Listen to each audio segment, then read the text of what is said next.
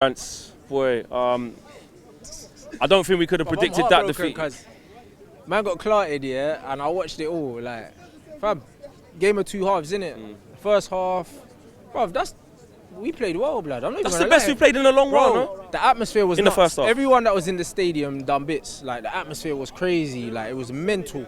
That miss from Lukaku, bruv. That's where we lost the game, you know. Don't get it twisted. Like, my mum would have scored that. Man missed, had that whole width for the goal. A man's trying to hit the corner flag. Man's playing golf, fam. Like, I don't know what that was. After that, that was it, bro. That's the margins.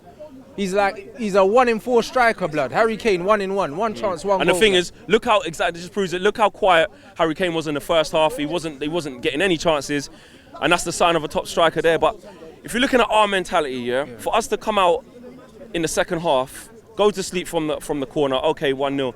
But then you're looking for that mentality. Then you're looking for that big push. Deflated. We never saw it. Yeah, they're not playing for the manager no more.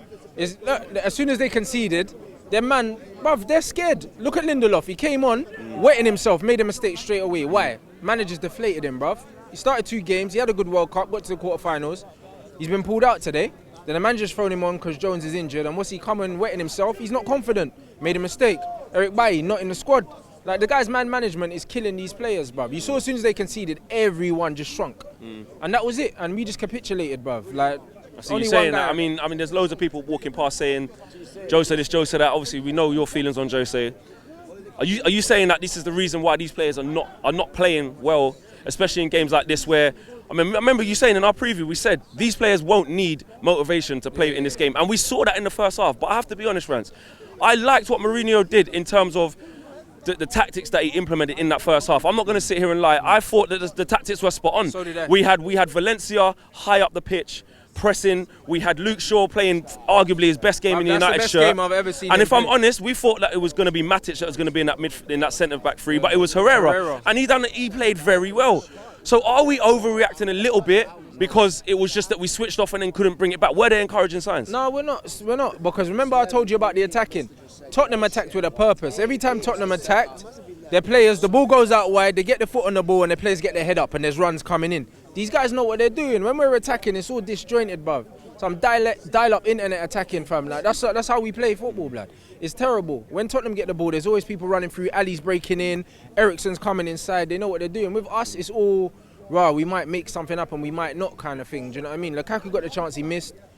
He had 4 chances, worked the keeper once. Like, it's not really good enough, bro. Where do we go? Where do we go with this defence? Because I know me and you have said plenty of times in our previews as well that if you look at the defence that we've got, they're not world beaters, but if you get them playing as a unit and get them confident, they can play well. But the club was fighting for centre halves. We were scraping around Barganelli on the last day of the transfer window.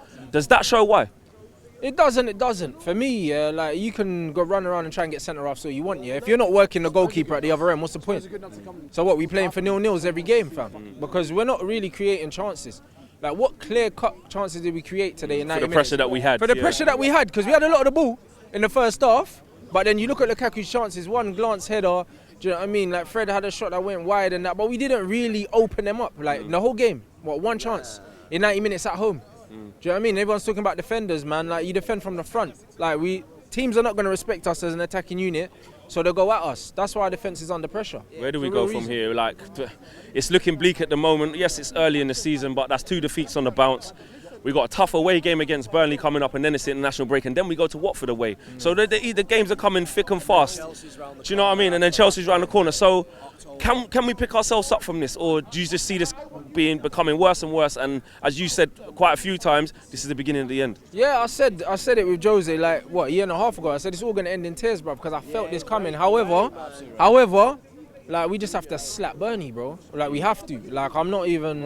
We have to. We need a reaction, innit? Listen, but bro. this ain't great.